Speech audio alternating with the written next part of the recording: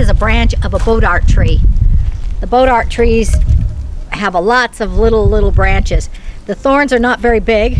They're actually quite small compared to the thorns of the honey locust tree.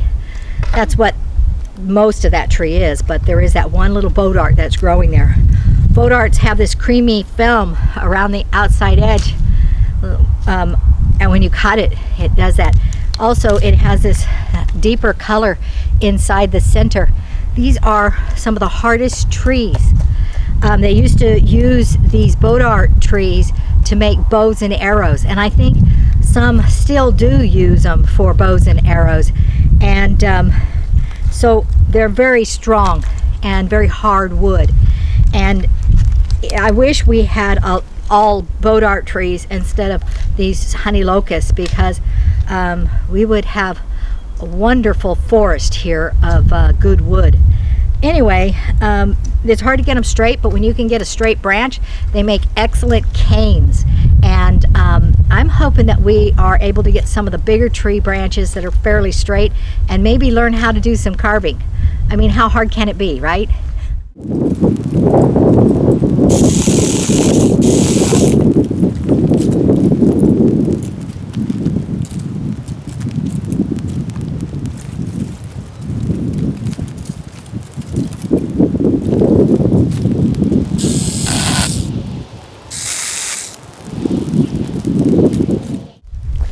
This really thick vine, as you can see, is the main root that's climbing up into the tree.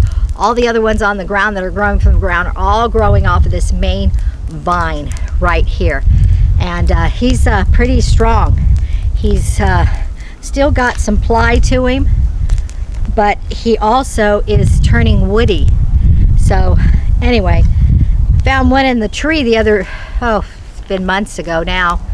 And I thought it was a snake the way it was wrapping, but then I noticed that it was super long. Snakes don't get that long and that skinny. So anyway, they look like snakes.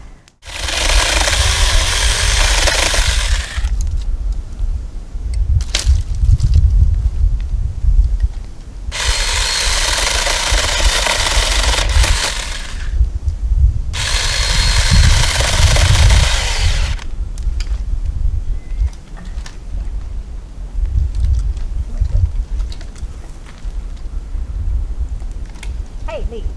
Yeah. I got my saw stuck in the tree. Could you help me? Yeah. Oh, how you doing? Saw in a tree. Looking over here. That might be a little bit too tall for me. But my being stuck.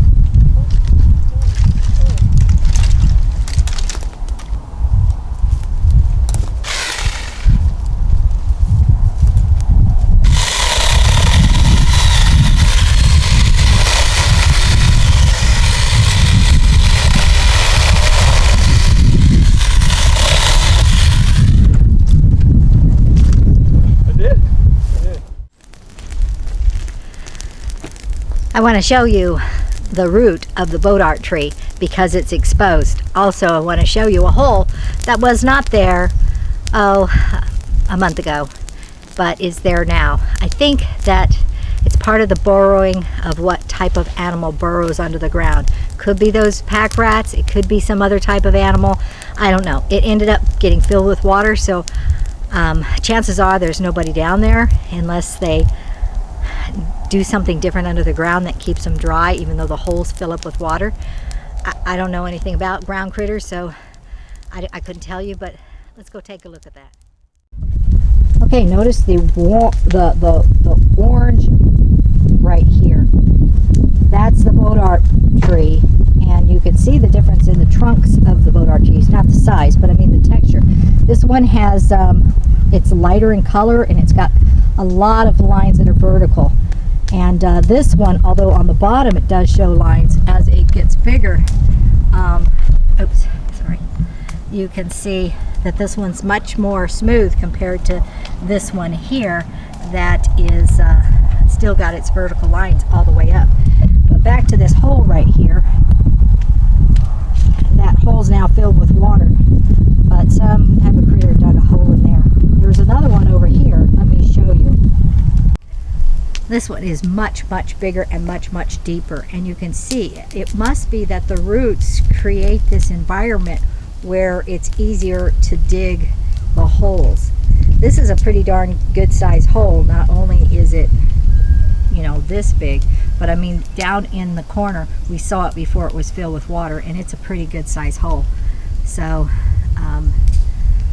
yeah, well, I definitely have to clean up this mess around these trees, all these little tiny trees and limbs and everything else. And some of those trees have got to uncluster, get rid of some of them. And right in the midst of those, you can see that one of those is a boat tree.